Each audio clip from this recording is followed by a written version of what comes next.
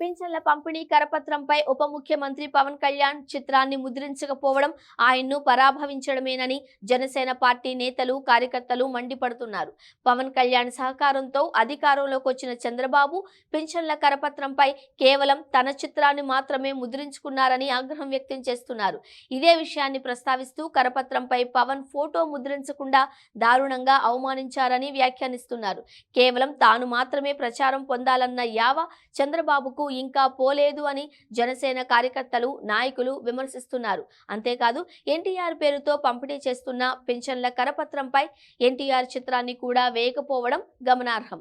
దీనిపై ఎన్టీఆర్ అభిమానులు కూడా మండిపడుతున్నారు. ఏపీ అసెంబ్లీ ఫలితాల తరువాత నిజమైన హీరోగా పవన్ కళ్యాణ్ ను నేషనల్ మీడియా కూడా కీర్తించింది.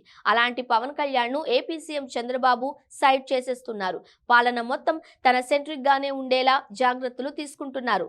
ఎక్కడా పవన్ కళ్యాణ్ కు పబ్లిసిటీ దక్కడానికి అవకాశం ఇవ్వడం లేదు. అందుకే కొత్త ప్రభుత్వ ప్రమాణ స్వీకారం నుండి పెంచిన పింఛన్ల పంపిణీ వరకు ఇచ్చిన ప్రభుత్వ ప్రకటనల్లో ఎక్కడా పవన్ కళ్యాణ్ ఫోటో లేదు. మొదట్లో అంటే ఏదో పొరపాటున జరిగి ఉంటుందని పవన్ ఫ్యాన్స్ సరిపెట్టుకున్నారు. పదే పదే పవన్ ఫోటో లేకుండానే చంద్రబాబు నాయుడు ఒక్కరి ఫోటోలతో యాడ్స్ ఇవ్వడంపై పవర్ స్టార్ ఫ్యాన్స్ భగ్గుమంటున్నారు. ఏపీలో కొత్త ప్రభుత్వం జూన్ 12న ప్రమాణ స్వీకారం చేసింది. ఆ రోజు పత్రికల్లో ఇచ్చిన యాడ్స్ లో పవన్ కళ్యాణ్ ఫోటోకు చోటు లేదు. జూన్ 27న ఈనాడు గ్రూప్ సంస్థల చైర్మన్ రామోజీరావు సంస్మరణ సభ నిర్వహించారు. ఆ యాడ్ లోను పవన్ కళ్యాణ్ ఫోటో లేదు. జూలై 1న వృద్ధులు, వితంతువులు, వికలాంగులు, పలు దీర్ఘకాలిక వ్యాధులతో బాధపడుతున్న వారికి పింఛన్లు పెంచి కొత్త పింఛన్లు అందజేశారు. ఈ కార్యక్రమానికి సంబంధించిన యాడ్ లోను పవన్ కళ్యాణ్ ఫోటో లేదు.